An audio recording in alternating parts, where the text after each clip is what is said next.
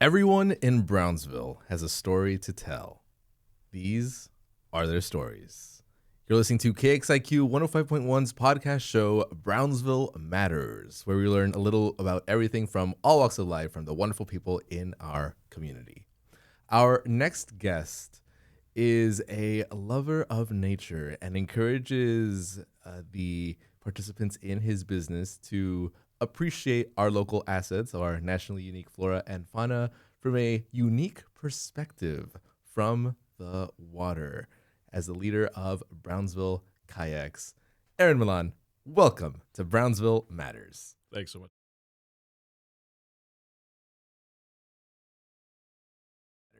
Thanks so much for having me, Gilbert. I'd like to start things off with a fun curveball question. Please.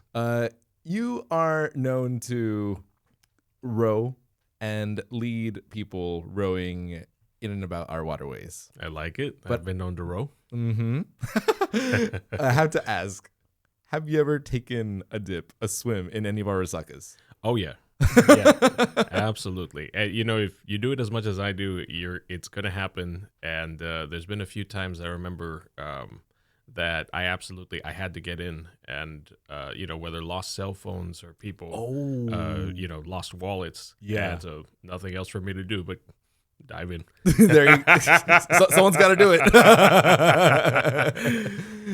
And what is that like? Is it muddy? Is it grimy? Is it right? clean? Good question. The water itself is perfectly fine. Okay. And typically it's a great temperature. Yes. But the bottom is silt. It's a kind of a muddy situation. Okay. So you're not really putting any weight on your feet because you will sink down about ankle deep in muck. What you're trying to do is essentially just free swim it and look for. Also, if you step on whatever object you're looking for, it's gonna go into the mud and you're never gonna find it. I didn't think about it that way. Oh my goodness. No, I've only had a couple people lose their cell phones, but everybody else I was able to fish it out just in time. And Very good.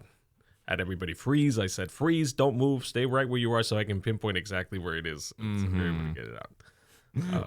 But yeah, the Resacas themselves are lovely places to swim. Typically, it's very pleasant for me to be in the water. It's not it's not like you can feel things brushing up against you or anything like that. One or two fish. one or two fish. Yeah. Are there any gators in our Resacas? Great question. So I've heard all the reports about gators being in different parts of Brownsville. I myself, in my 500 plus hours being out there, I've never seen one. Right. It would be more exciting than anything else to see one for me. But I don't discount the possibility of there being some in the outside areas of Brownsville. Correct. The central areas of Brownsville are just too urban. There's too many eyes, too many people that'll call the game warden, as soon as they see it, and have it removed if they can. And there's also gators by nature, and this I found out from our friends at the SPI Birding and Gator Rescue Center. They're actually scared of people. They see us as kind of an alpha predator. Correct. These weird kind of hairless looking bipeds. Right. And so typically they'll stay away from people unless people have fed them. So it doesn't mix well inside the city to have gators and people. So the gators typically just won't come. And I've had people tell me, I've seen one here, I've seen one there, and it's very possible that they did. I myself, with all my kayakers, have never seen one. Wow. Yeah. Yeah. I think it's for the best because compared to a place like Florida, let's say, where there's at least 5 gators in every puddle. Yeah, right. In every small body of water, you have very good chances of finding one over there. It is understood since you are a kid growing up in Florida, do not feed the gators. Right. Yeah. Yes. Yeah. And here, like you're saying, since they're so rare, we don't have that information on the back of our heads. No, I had somebody, I was visiting the Laguna Tascosa National Wildlife Refuge. Wonderful place. For sure. Home to 1 or 2 very endangered species, the Aplomata falcon and the ocelot. And so, I was talking with some of the tourists there. and they were locals from the Los Fresnos area. And they said, "Oh, you want to see gators? There's this wonderful bridge over there. Just throw some marshmallows, and they'll come right up." No, and I just started. I said, "No, No. don't throw marshmallows." But unfortunately, the gators have been trained now that if somebody's over the bridge, they're probably going to give them food. So they approach, which is exactly the kind of scenario you want to avoid. For sure. Typically. Like I said, I don't think that they are present in any large quantities in Brownsville. This was their natural habitat back in the day. That's right. But human, urbanization, it just kind of pushed them out towards the coast. So you might see a good sized family maybe towards the Port Isabel area, towards the Laguna Madre, because that is where they were originally. That's right. I'd like to learn a little bit more about your origin story, Erin. Are you originally from here, from somewhere else? Where does Brownsville come into the picture? And most especially, where does your love of nature come from? Absolutely. So I am a resident of Brownsville, have been a resident of Brownsville since 2004. But I moved here from central Mexico, this beautiful place called Cuernavaca. You're from Cuernavaca? Yes, I am. Wow. Yes, I am. And so that's originally, it's a wonderful tourist town down in the center of Mexico. My mother's from Manhattan, New York. My father's from Cuernavaca. Wow. And they met down in Mexico. So really just kind of if you ask me all the details about how they met, I couldn't tell you. It sounds romantic as it is. Yeah, absolutely. They met at a party, and my mother said she was very taken with my father. But we grew up in Cuernavaca, and there's plenty of wildlife there, even though it is a city of, back then it was a city of more than 1 million people. Now it's grown to more than that.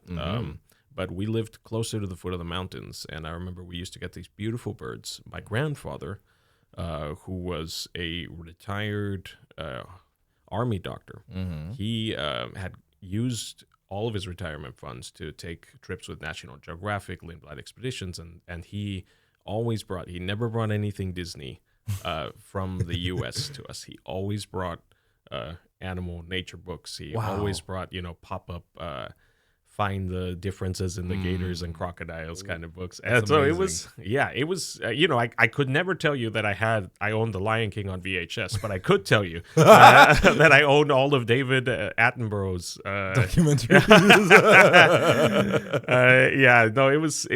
It was definitely my grandfather that got me into the love of animals. My mother, of course, loved animals. My father, he appreciated nature on a very deep level, but it was my grandfather that really pushed me towards that. And when I moved to Brownsville was when I found out that this place had an incredible and very diverse ecological system. And so I was very taken with it from the first day. Sable Palm, the sanctuary was the first sanctuary I visited here in Brownsville, and it just took my breath away. I thought it was fantastic.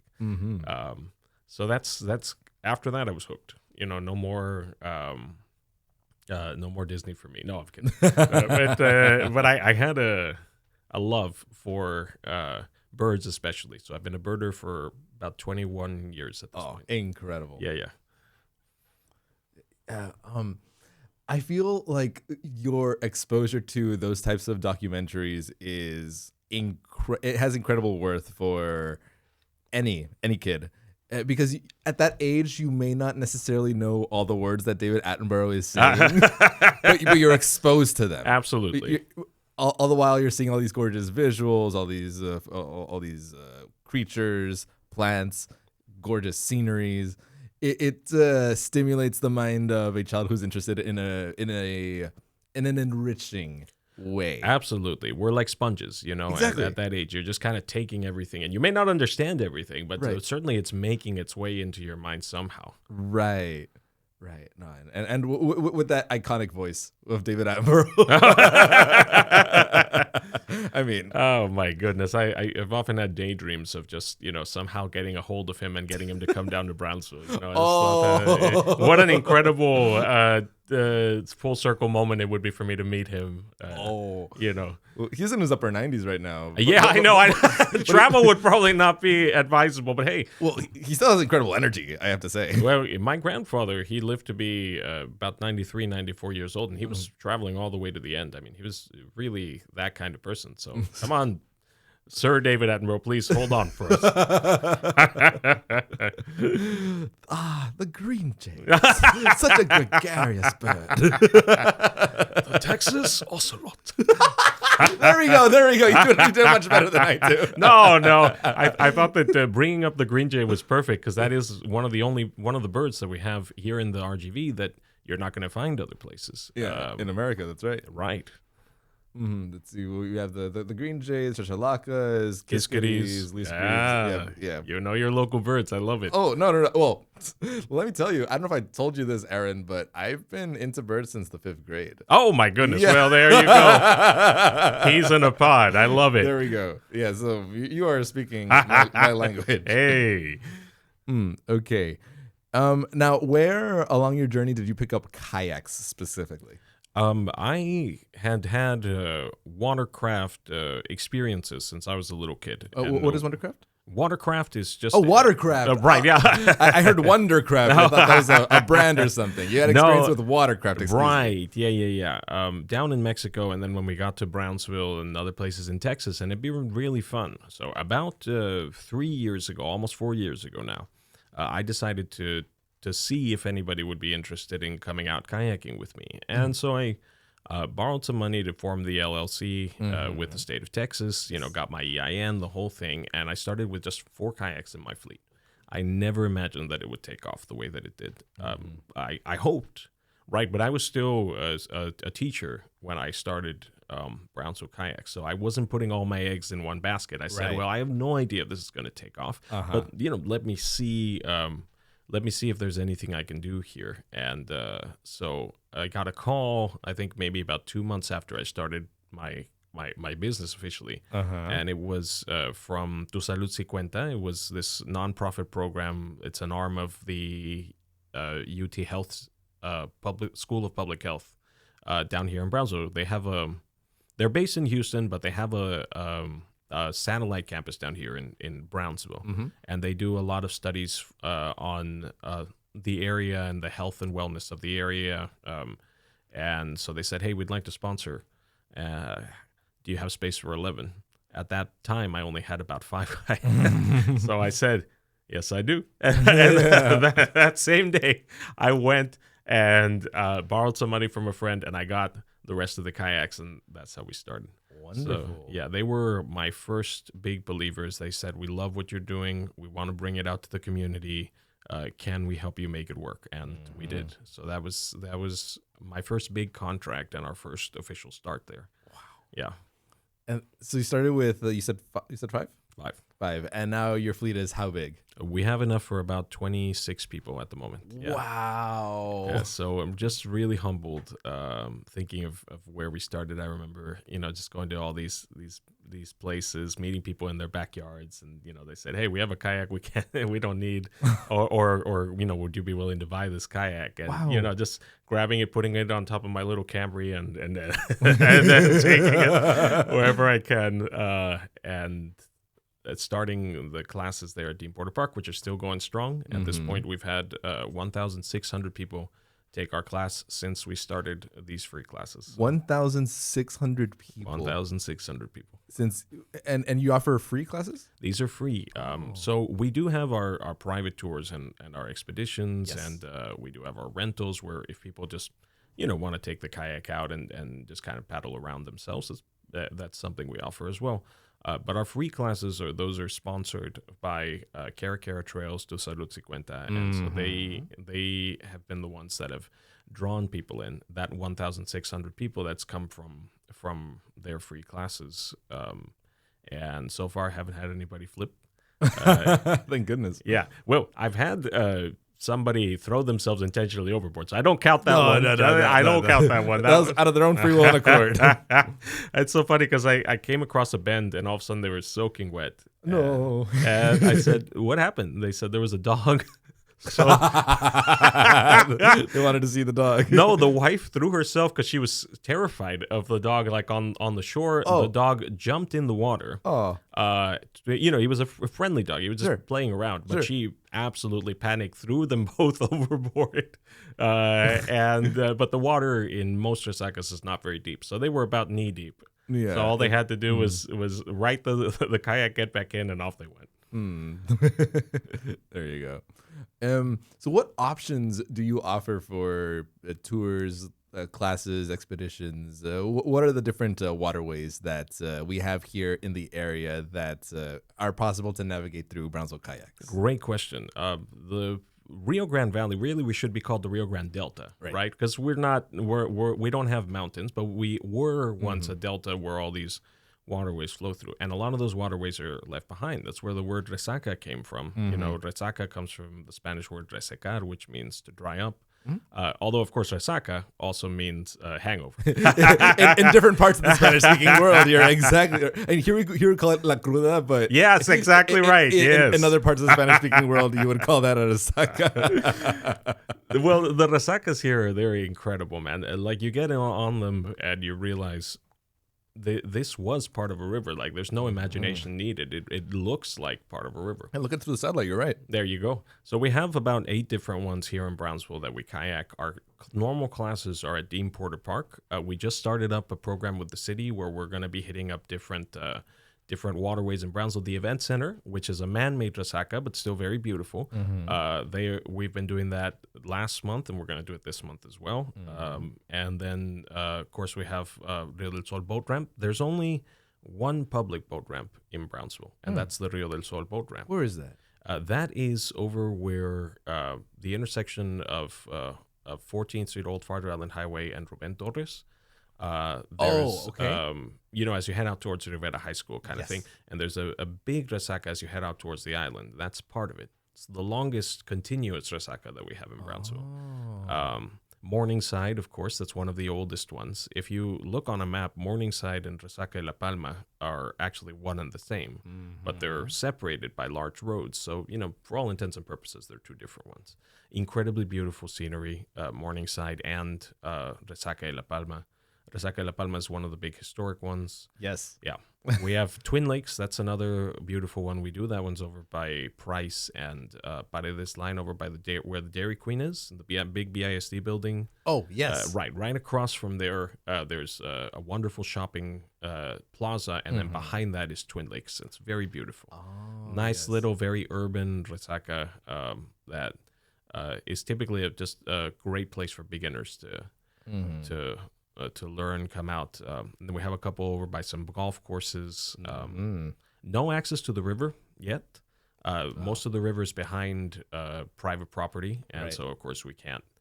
Plus, in the places where it's not, the bank is somewhere between 15 and 20 feet down. Right. So there's no real nice way of getting down there. We're hoping to do an event over in Mission at the Anzalduas Park, but we're getting all the chips in place to make sure that we're doing it carefully and safely, and that everybody's going to be having a good time when we go there. So right, I would imagine you also have to talk with border security. Right. Yeah, you don't absolutely have to, but it is a good idea to let them know that you're going to be there. So legally, you have the right to be in the water as long as you don't get off on the other side. Go get yourself some food and then come back. Right? It's not a legal port of entry. That's it. That's it. You have to go back in through the port of entry if you disembark on the Mexican side. Okay, you have to go through one of the bridges, let's say. Right, exactly. Okay. So you'd have to get out, tote your kayak, and cross yourself over.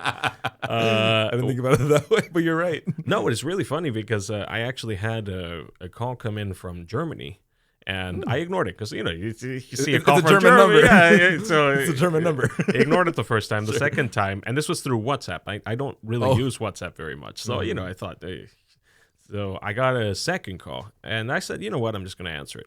Well, it turns out this famous endurance kayaker from Germany had paddled all the way up the Latin American coast And so she said, I want to cross into Brownsville, but the winds are too strong for me to do it through the ocean, which is the Gulf, which is what I was planning on.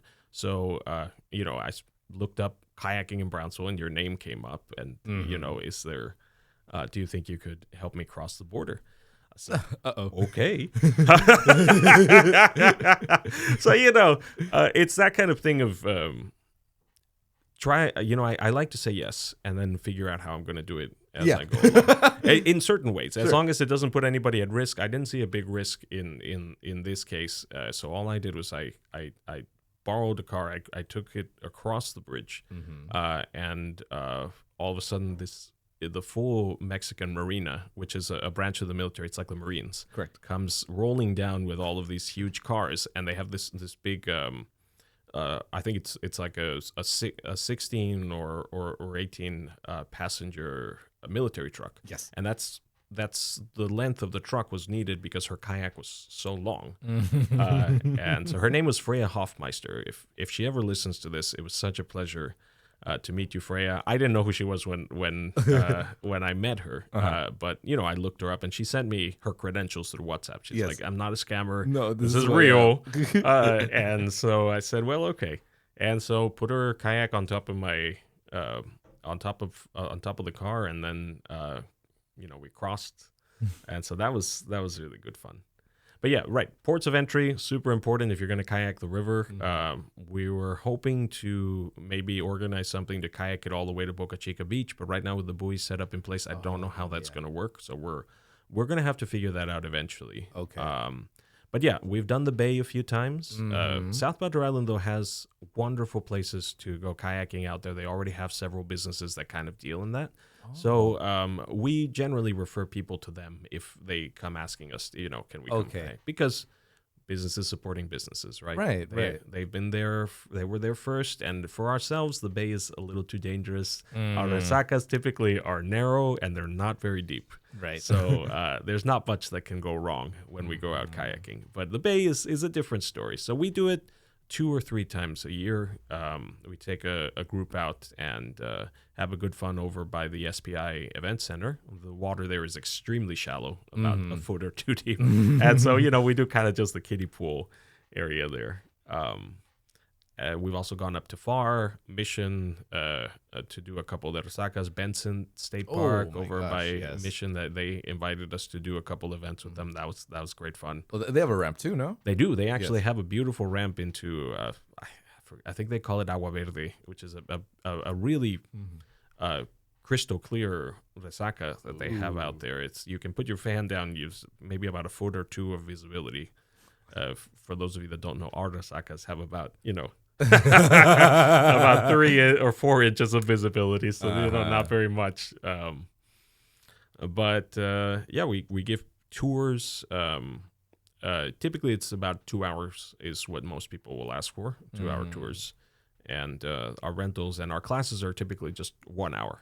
Just teaching people how to kayak, and for those that already know, it's just a nice excuse to go have a little turnaround, come back. Ooh, wonderful.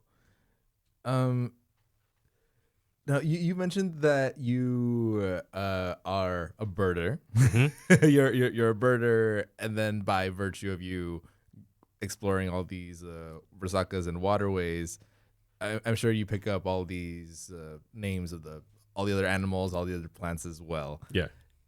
Since we have such nationally unique flora and fauna, how would you encourage someone to learn more about our natural assets that we have here in the Rio Grande Valley? Well, the first thing I would tell you is go to Bua and pick up a couple books. I mean, our local bookstore, man, that's the place to go if you want to pick up local books by local artists that are going to tell you a little bit more about our local flora and fauna. I mean, there's no better place. The other way is to get out there, man. There's tons of great birding groups on Facebook that you can connect with that are going to take you. We have our 2 city forests, which are the Sable Palm Sanctuary and the Resaca de la Palma Sanctuary. And those are both going to have lots of resources for people, guides and things like that.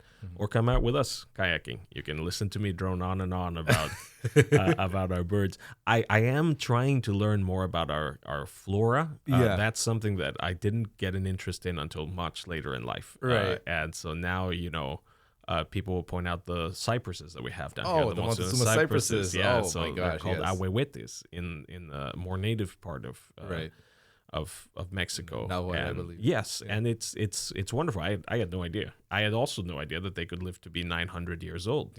Oh, And so that's yes. something that I'm just I'm still learning. So hey, if you guys know any good Facebook groups, I know the city also has been starting a forestry group, and city of Brownsville, and some gardening clubs that have also worked. So tons of great resources for anybody looking to learn about our local flora, our local fauna. And we're going to have the birding festival this year as well. And so Yes. that should be really fun. That's going to be in April. That's right.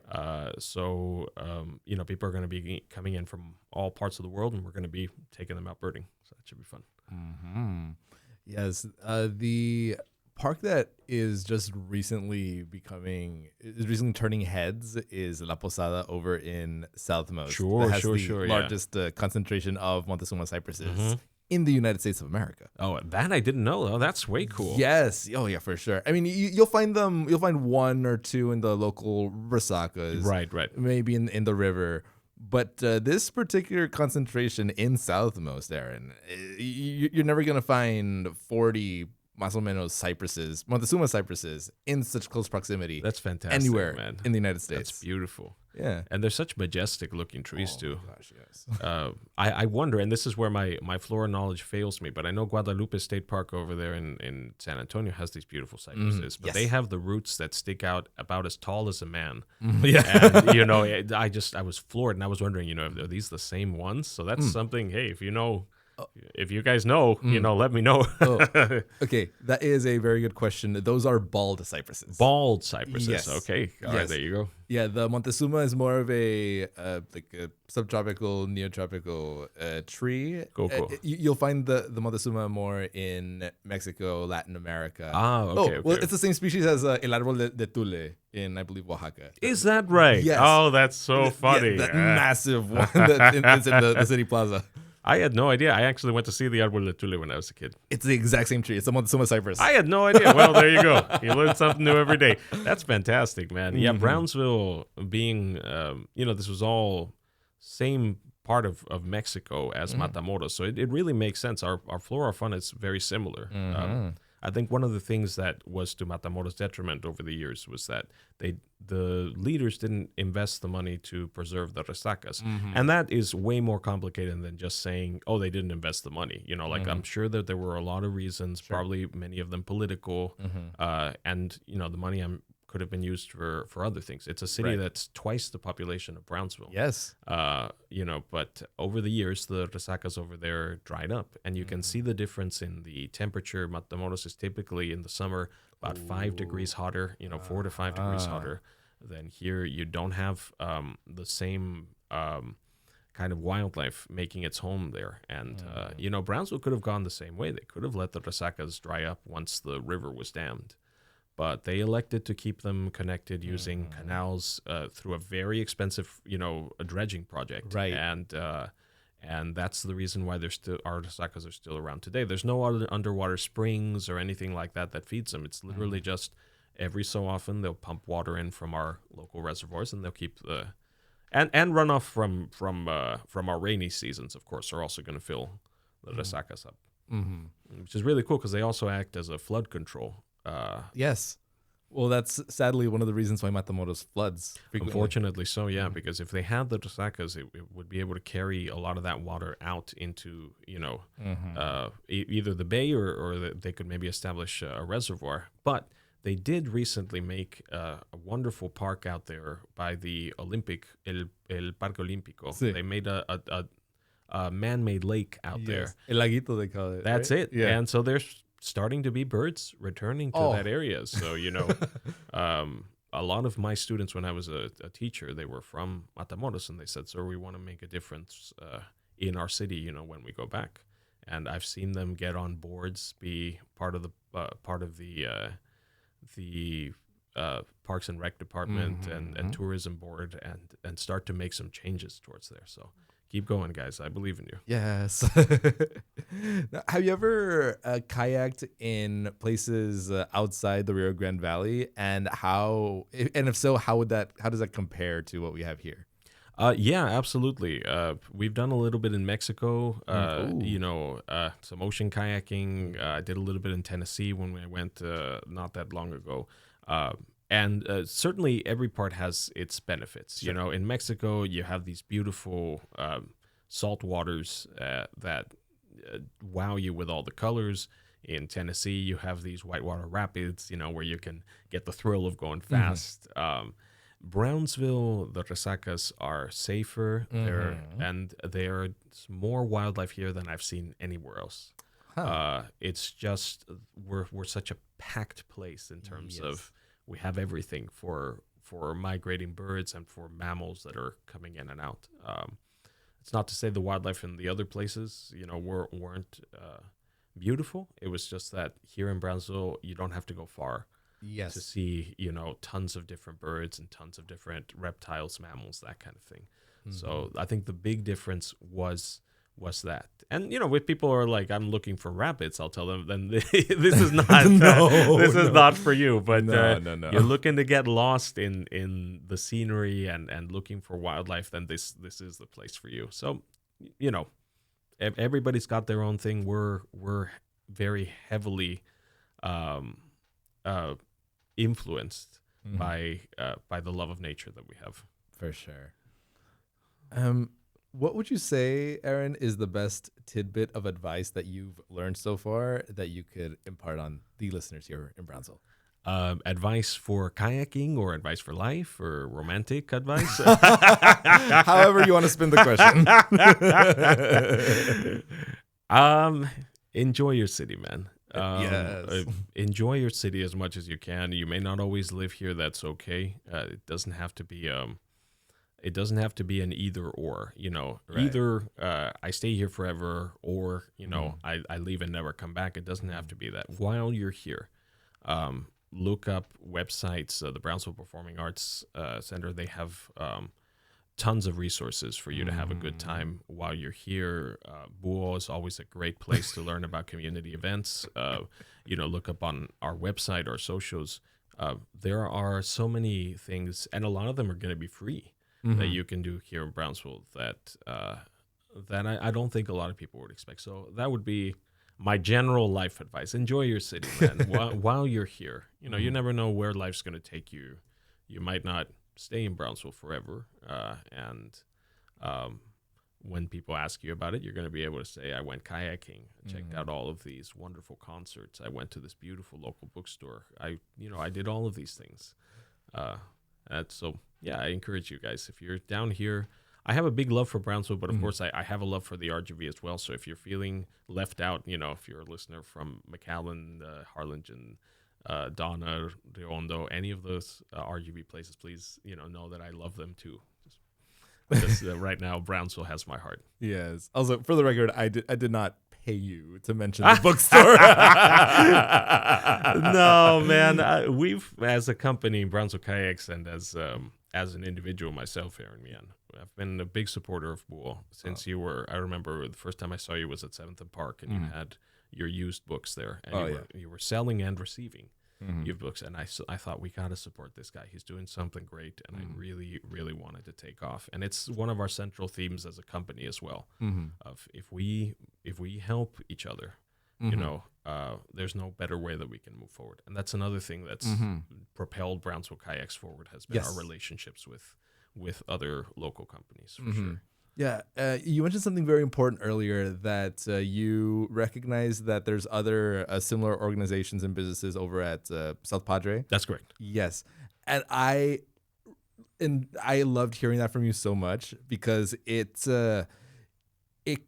creates not only an abundance mentality, but that mutual respect that y'all have ensures that the kayaking community grows. There you go. Yeah, man. It's there's more than enough to go around in Brownsville, is what I say. We're approaching 200,000 people. Right. If each person spends $5, that's $1 million that's being spent every day. Every day, $1 million coming in and going out of the city. Correct. So I always say that's enough for everybody. Yeah. If another kayaking company came down to Brownsville, I would like to think that I would welcome them and just say, we all have our things. Now, that doesn't mean you don't have to be smart. Every company has to offer their own unique perspective. For sure. But there's enough to go around, and I want to believe that in all ways, of thinking. There's enough to go around financially. There's enough to go around in customers. There's enough to go around in places to stay. I want businesses here in Brownsville to have that kind of attitude towards each other, so that it's not a competition. Correct. It's not like I am doing well at the expense of somebody else. Mm-hmm. Rather, I'm offering something very unique, and I'm happy for my brothers in the earth that are doing something similar, but different. And I want to see them succeed as much as we can. For sure. No, I could totally speak to that in the sense that, we got neighbors in town, big corporate neighbors in town. Right, absolutely, yeah. But I knew from the very beginning, Erin, that if I don't necessarily complain about it, if I don't necessarily feel negatively about it, just to see it as an opportunity to welcome more readers, in my case, to the community. Just how if another kayak business shows up in town, it's another way to grow the community. And then they have options. They could go with you. They could go with them first, and then they could see what you're about, and then compare and contrast the different experiences and learn from each one of them. 100%. And I took a lot of inspiration from the way that you handled our big corporate neighbor and the moving in, because you said that you're welcoming, and the only reason that they came was because Brownsville readers showed that there was a strong reading community down here, and that only happened because of the bookstore. Because can I say the name of the bookstore? Is that no? Okay, all right. I don't know. Well, because of our local bookstore, right? Yeah. It showed our big corporate neighbors that there was an interest there. So it was more of a compliment, I think, is what you said, and it made you it made you grateful for the community.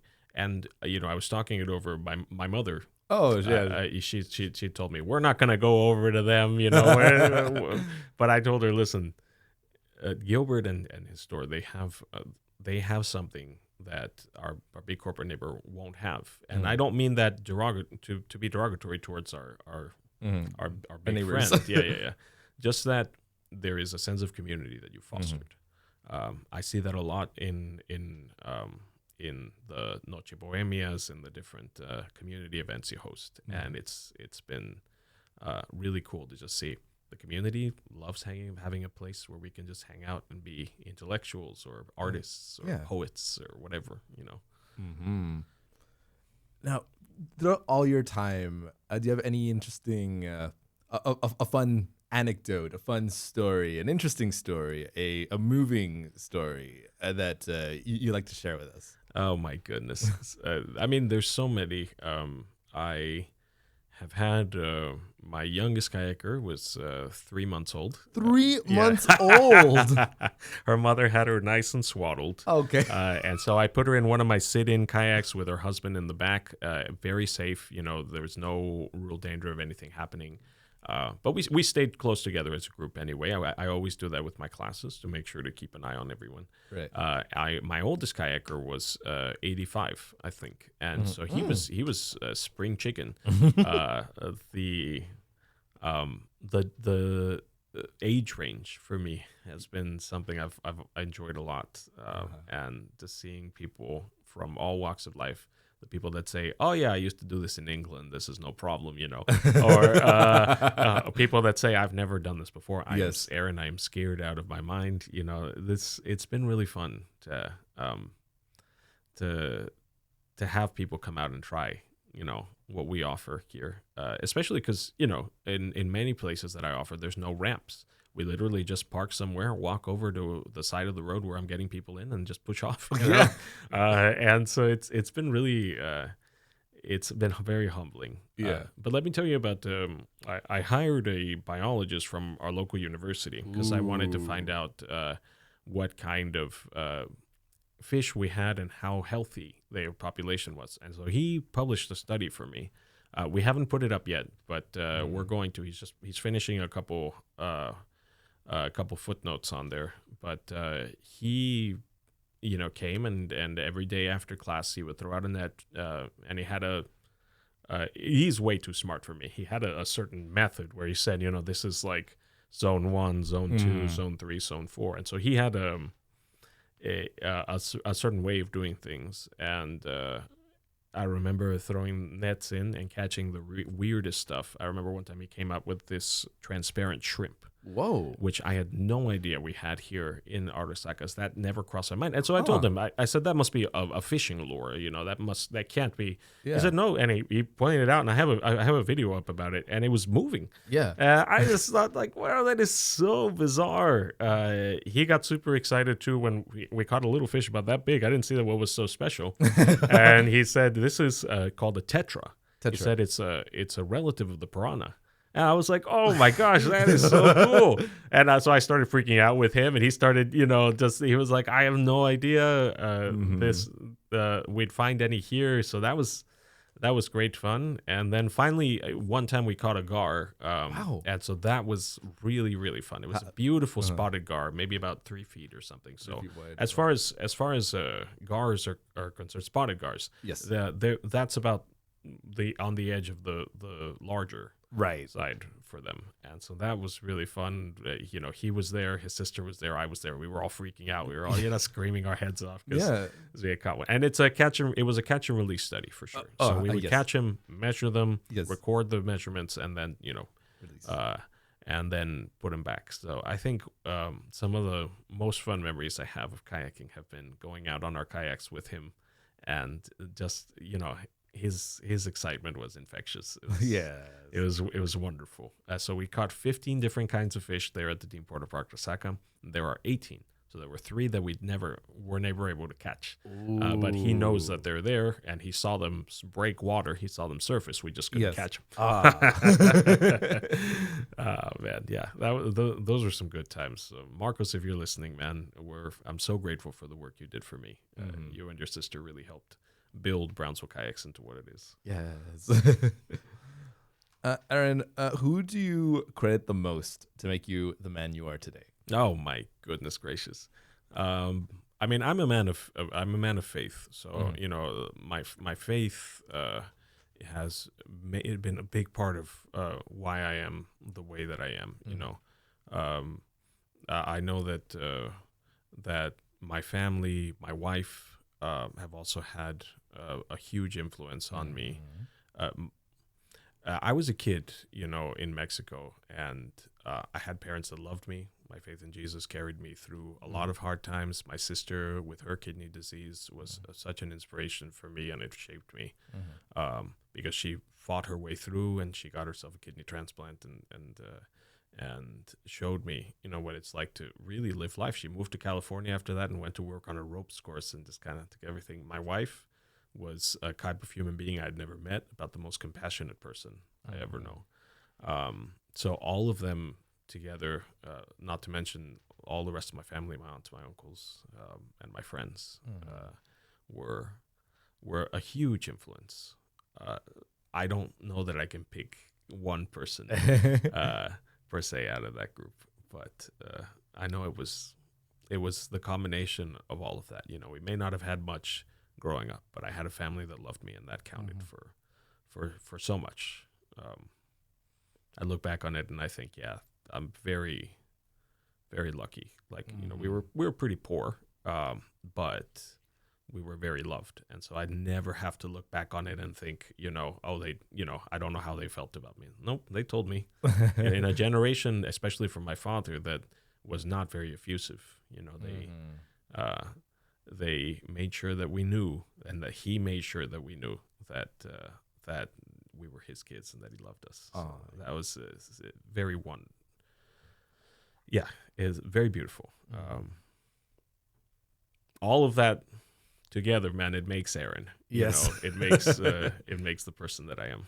Mm-hmm. And as far as the business is concerned, man, again, we have our sponsors that grew us to where we are. Tu Salud Si Cuenta, Kayaker Trails, the School of Public Health for Houston.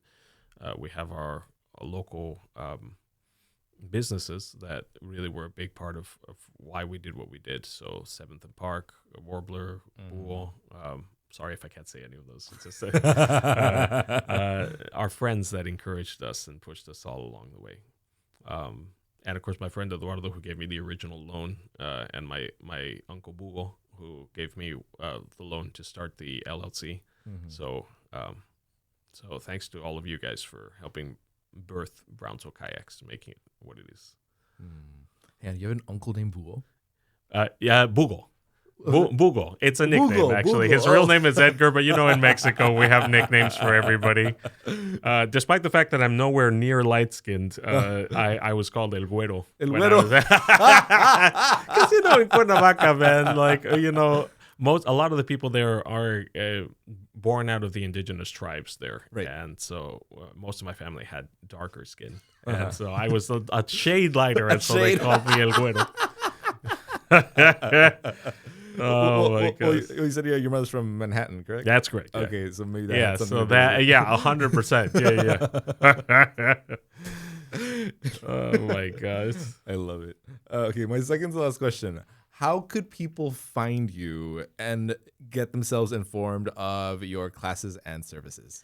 Please visit our socials on Facebook and Instagram, Brownsville Kayaks. Please reach out to us. If you Google us, we should be the first result that comes up. So our phone number is on there. That is a business phone number that you can call, you can text, you can ask us any questions you want, and we'll do our best to answer. And, of course, BrownsvilleKayaks.com. I had a local web designer do that website for me, and I was very floored by the results. So, yeah, BrownsvilleKayaks.com and Brownsville Kayaks on our socials. Please reach out to us. Wonderful. Yeah. Okay. Erin, final question. Give it to me. It's the same question that I ask everyone at the very end of the show. I love everyone's answers thus far, and I'd love to hear yours. If you can imagine, Erin, a giant stadium, a coliseum of sorts. Okay. With 200,000 seats. Oh, okay. Which just so happens to be the population of Brownsville. Yeah, right. Yeah. And every seat, Erin, is filled with all the residents and citizens of Brownsville. You are walking down the middle of the stadium with a microphone. Oh, snap. Okay. And you're given 1 to 2 minutes to say something, a message to the entire population of our city. What would that message be? Oh, my goodness gracious. What a question. I am definitely an overthinker. So, I would probably start off with, how are you doing tonight, Brownsville? No, I'm just kidding. Man. I have a great love for this city and for the area that we're in. I think in this day and age, there's a lot of discouragement that we can see, and not everybody exactly knows which side of the fence they might fall on in every aspect. So I would say look out for your community. And that would be my I'm in the stadium, 200,000 people, and I would say, please look out for each other. We can't control everything that goes on in the world around us. And, with our cell phones now, we're connected digitally to the whole world. And we can see all the bad stuff happening, and we can sometimes feel powerless. But you're not powerless when it comes to your community. That's right. So I would tell Brownsville, please take care of each other. You see a neighbor in need, help them. We have wonderful nonprofits around Brownsville that help with clothing, with hospedaje. Geez, I'm losing the word there. With housing, There you go. right? With food and bringing music and art into our city. So there are ways, that we can help each other, even if you don't have very much. You take care of your neighbor, they take care of their neighbor, and we can't control what what's happening on a national level or even at a state level. But if Brownsville takes care of Brownsville, I think we're going to be okay. Oh, that's a beautiful message. The crowd applauds. What on 956 go? Erin, no, what I have to commend about you most of all and what you do, I feel like the Rio Grande Valley does have quite the prominent saltwater recreational culture with fishing, charter boats. Sure, 100%. Yeah. I feel like you are let's call it a pioneer in freshwater recreational culture. When I was growing up, swimming or even having a kayak or a canoe on the Resacas was unheard of. Yeah, right. Yeah. But you saw the opportunity. You realized how beautiful our waterways are and how great it would be for us to not only exercise by going through them on a kayak, but also to appreciate what we have here in our own backyard. 100%. Yeah. Most of Texas, I think the last poll was 97.5 or closer to 98% is going to be private property. So we're never going to get to see most of the beauty of Texas because it belongs to somebody. It's behind somebody's fence. But according to the Texas laws, if you have a navigable waterway, you can use that to see as a road. Like it's just like driving on a road. Obviously, don't be weird about it, Right. But going to see nature, you can use our Resacas to see a side of Brownsville you'd never see if you didn't have access to the water. So it's a complete change. These Resacas are a gift. If they were ever gone, we would all be the more sorry for them. I want to get people out there, especially people that have never been out there. So when laws come and changes come to our waterways, they do their best to preserve them the way that they are and improve them for sure. Wonderful. Erin, thank you for being a steward. Thank you for being an educator. And thank you for introducing the kayak to Brownsville in the best way possible through your service, Brownsville Kayaks. Erin, thank you for joining us today on Brownsville Matters. Thank you for helping us. This is Michael Quantz with the Brownsville Society for the Performing Arts, here to tell you about our podcast, Brownsville Matters. Everyone in Brownsville has a story to tell, and these are the stories. We broadcast these stories every Friday at 5 p.m. and every Sunday at 3 p.m. on KXIQ 105.1 FM on your radio dial. You can also catch these stories rebroadcast on our YouTube channel for Brownsville Society for the Performing Arts. Don't forget to like, share, and subscribe and smash the notifications if you want more information about these stories that you watch and listen to.